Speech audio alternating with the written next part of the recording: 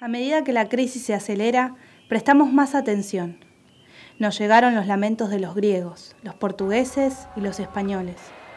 Nos llega el dolor de las madres de los jóvenes sirios muertos, los suspiros de desesperación de los libios, el aliento cansado de los africanos. Entonces prestamos más atención y vemos que la crisis sigue avanzando y avanzando. Si continuamos analizándola, nos daremos cuenta que las diferentes crisis convergen en una y la misma crisis. Un momento que indiscutiblemente está preparándose para un cambio, y la clave proviene de entender cuál es el cambio que necesitamos y ayudar a lograrlo para que se produzca. Cuando a principios de este nuevo siglo se produjo el atentado del 11 de septiembre de 2001 en Estados Unidos, muchos analizaron las conexiones terroristas y las implicaciones. Otros, más inteligentes, le sumaron a este análisis el planteo de la situación estratégica global, diciendo que se trataba de un cambio en el tablero, un nuevo escenario geopolítico mundial. Por eso, hoy lo podemos identificar como el sistema del 11 de septiembre, porque fue un suceso que definió un escenario donde se establecieron quiénes serían los amigos y los enemigos de las potencias occidentales. Según este esquema, el mundo se divide entre quienes defendían a los estados contra el terrorismo y los grupos terroristas y los regímenes que permitían al terrorismo, que había que eliminar a cualquier precio. Eso convenció a muchos, principalmente estadounidenses y británicos, a ir a la guerra, una larga guerra en el Medio Oriente, primero en Afganistán y luego en Irak. Este sistema del 11 de septiembre, que avanzó a partir de un ataque en territorio de Estados Unidos, que brindó una excusa para convencer a la opinión pública de la importancia de introducir al país en una guerra en Medio Oriente, tuvo su segunda fase tras el derrocamiento de Gaddafi. Dicho acontecimiento también se puede identificar como un cambio en las movidas geopolíticas estratégicas. Los estadounidenses dejan de tener una causa directa y empiezan a atacar sin ser atacados. Este cambio nos muestra un avance en la estrategia del 11 de septiembre, que el político Lyndon LaRouche denominó 11 de septiembre segunda parte. Este razonamiento consiste en que ahora ya no es necesario un acto de guerra. Estados Unidos ataca porque así les parece conveniente. Esta diferencia es crucial. Los rusos respondieron a esto declarando su doctrina en defensa de la soberanía y en contra de las intervenciones militares. Los chinos los apoyaron. América Latina vaciló. Dado su largo historial de consumir prensa y estándares estadounidenses y británicos, vaciló y sigue vacilando sobre cómo pensar la situación. Con el asesinato del embajador estadounidense en Libia, Christopher Stevens, se evidenció de forma trágica la desestabilización que se creó al matar al jefe de Estado libio. Luego de la intervención occidental, Libia es un país ingobernable y los grupos terroristas trabajan libremente en todo el territorio del Estado. Gaddafi tenía un arsenal de armas importante que ahora está en las manos de los terroristas.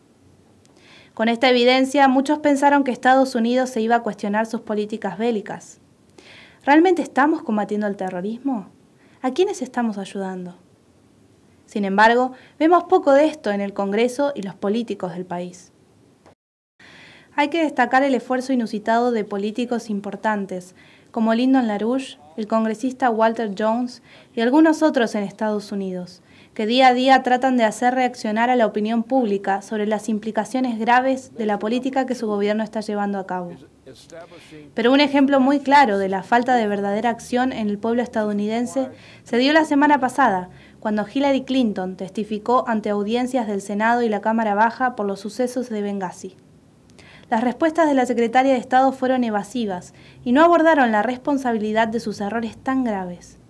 Y al ser cuestionada sobre las causas del atentado en la embajada y el hecho de que funcionarios del gobierno mintieron y salieron inmediatamente a decir en público que se trató de una manifestación espontánea por un video contra el Islam, la secretaria Hillary Clinton dijo: The fact is, we had 4 dead Americans. Was it because of a protest, or was it because of guys out for a walk one night who decided they'd go kill some Americans? What difference at this point does it make? La negación, la ceguera y la tolerancia a un gobierno que miente y encubre son evidentes. Esta es una de las crisis más grandes que vive la población estadounidense. Una crisis moral que se refleja en sus políticos y sus instituciones, y que los está conduciendo a la autodestrucción. Lo terrible es que ellos definen el destino político de gran parte del mundo. Son el músculo norteamericano, que es utilizado por el cerebro del Imperio Británico. El hecho de que el presidente Obama está utilizando su poder para encubrir que el país provee armas y el campo propicio para que los terroristas proliferen, salió a relucir en las audiencias donde testificó Clinton. La intervención militar de las naciones de la OTAN en Libia está desatando una desestabilización que está fuera de control. El caso de la toma de rehenes en Argelia es algo que demuestra este punto.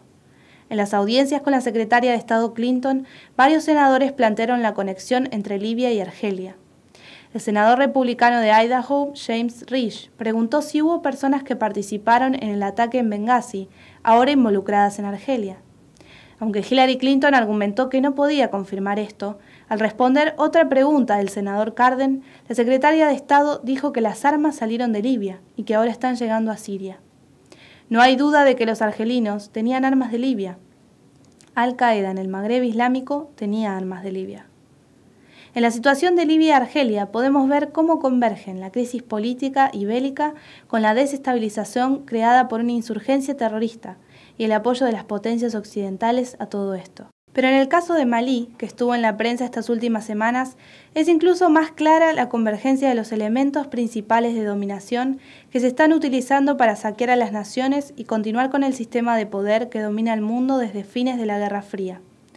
De acuerdo al informe 2012 del Departamento de Estado de Estados Unidos sobre Malí, en los últimos años, los contrabandistas extranjeros han comenzado a involucrarse en el tráfico de cocaína desde América del Sur a través de Malí hacia Europa Occidental.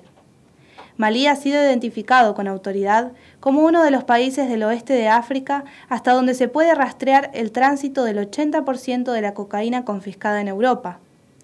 Las drogas se dirigen a la costa del Mediterráneo. Una ruta popular es la ruta que conduce a los enclaves españoles de Ceuta y Melillo. Una investigación hecha por la Agencia de Control de Drogas de las Naciones Unidas ha estimado que hasta 2.200 libras de cocaína son transportadas por aire hasta Guinea-Bissau todas las noches y otro tanto por mar. Alrededor de 50 narcotraficantes colombianos tienen sede en Guinea-Bissau controlando el tráfico de cocaína y sobornando a los políticos y militares a protegerlos, según lo documenta esta investigación. Drogas, terrorismo y desestabilización social son factores que se fueron dando en un campo propicio para ello. Como lo explica el director del Servicio de Control de Drogas de Rusia, Víctor Ivanov, la droga es un problema de seguridad global que abarca sobre todo la organización de la sociedad, es decir, la economía. Ivanov concedió una entrevista a RT donde explicó que el tráfico de drogas alimenta el sistema económico financiarizado. Pidió no pensar en las drogas como un simple problema de salud de los consumidores o la delincuencia en y por sí mismos, sino como consecuencias de un sistema económico que se beneficia a través del modo de producción que impone el tráfico de droga. Para Ivanov, primero que nada se tienen que abordar los efectos, y eso implica saber quién se beneficia con la economía de producción, distribución y consumo de drogas, a lo cual declaró que el principal beneficiario del narcotráfico es el sistema financiero. El sistema financiero y bancario internacional carece de fuentes de liquidez para saldar sus grandes deudas especulativas, y las drogas le proveen una fuente muy grande. Esto es parte de otra de las crisis que se evidencian cada vez más, la crisis del sistema financiero internacional, y el hecho de que los más grandes bancos están involucrados en todo tipo de operaciones oscuras y lavado de dinero, como lo mostró la investigación sobre el HSBC, el Royal Bank of Scotland, el Banco Riggs de Inglaterra, entre otros. Esto también se discutió la semana pasada, cuando en la prensa estadounidense se publicó una investigación sobre Lenny Brewer, un fiscal general del Departamento de Justicia encargado de la división criminal, a raíz de una filtración sobre su próxima renuncia. En la investigación y entrevista que publicó el programa de televisión que titularon Los Intocables sobre el caso de Brewer, sale a la luz que el Departamento de Justicia de Obama no está denunciando a ninguna institución financiera o personaje de Wall Street. Y el mismo Brewer se defiende diciendo que él no quiere hacer esto porque no pretende afectar la economía. Este es el mismo personaje que encubrió el caso Rápido y Furioso para Obama, el cual permitió entregar armas a los narcotraficantes en México. En su conferencia más reciente, Lyndon LaRouche abordó el caso de la Corte de Apelaciones estadounidense en el Distrito de Columbia, la cual el 25 de enero emitió un fallo defendiendo la Constitución de Estados Unidos contra la violación por parte de la rama ejecutiva de la separación constitucional de poderes. En su fallo, los jueces dicen que el presidente Obama violó la Constitución al nombrar cargos, alegando receso del Senado, mientras el Senado se encontraba de hecho en sesión. LaRouche destacó este hecho porque aborda el tema crucial de la responsabilidad del gobierno de Obama por abusar de sus poderes en detrimento de la Constitución de Estados Unidos. Este principio constitucional involucraría directamente los hechos más graves de los abusos del gobierno de Obama, como el bombardeo en Libia, los asesinatos con aviones dron, el ocultamiento de información sobre los hechos del 11 de septiembre de 2001 y 2012, y el encubrimiento de Wall Street y todos sus otros crímenes. LaRouche identificó esto como un paso hacia la solución. El desafío que le plantea Obama el fallo de la Corte da justo en el blanco, porque aborda el tema de manera frontal y no de manera cobarde. ¿Tendrá el Poder Judicial la valentía para convertir el caso en un escándalo, como lo hizo con Watergate?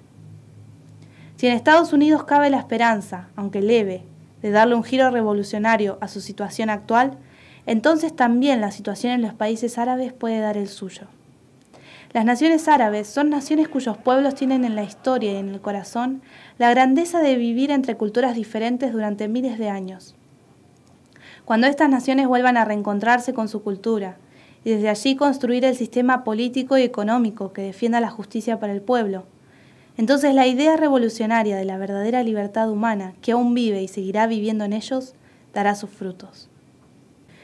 Como lo planteó Víctor Ivanov recientemente, él y su equipo realizaron un plan detallado para construir infraestructura estatal y crear millones de trabajos productivos en la región para poder hacerle frente al sistema económico de las drogas, que junto con el terrorismo azotan regiones completas de las naciones árabes y las Américas. Víctor Ivanov expone este plan en cada oportunidad que se le presenta. Sin embargo, a pesar de que todavía no ha sido adoptado, el mismo Ivanov declara que su plan es parte de la solución al sistema esclavista del narcotráfico, porque crearía un nuevo sistema económico basado en la productividad de la economía real, una opción diferente al libre comercio, en donde prolifera la producción de drogas, el terrorismo y la división de la sociedad en una clase muy rica y una clase al borde de la miseria absoluta o incluso la muerte. El primer paso de este plan es la aplicación inmediata del estándar de la ley Glass-Steagall en todo el mundo.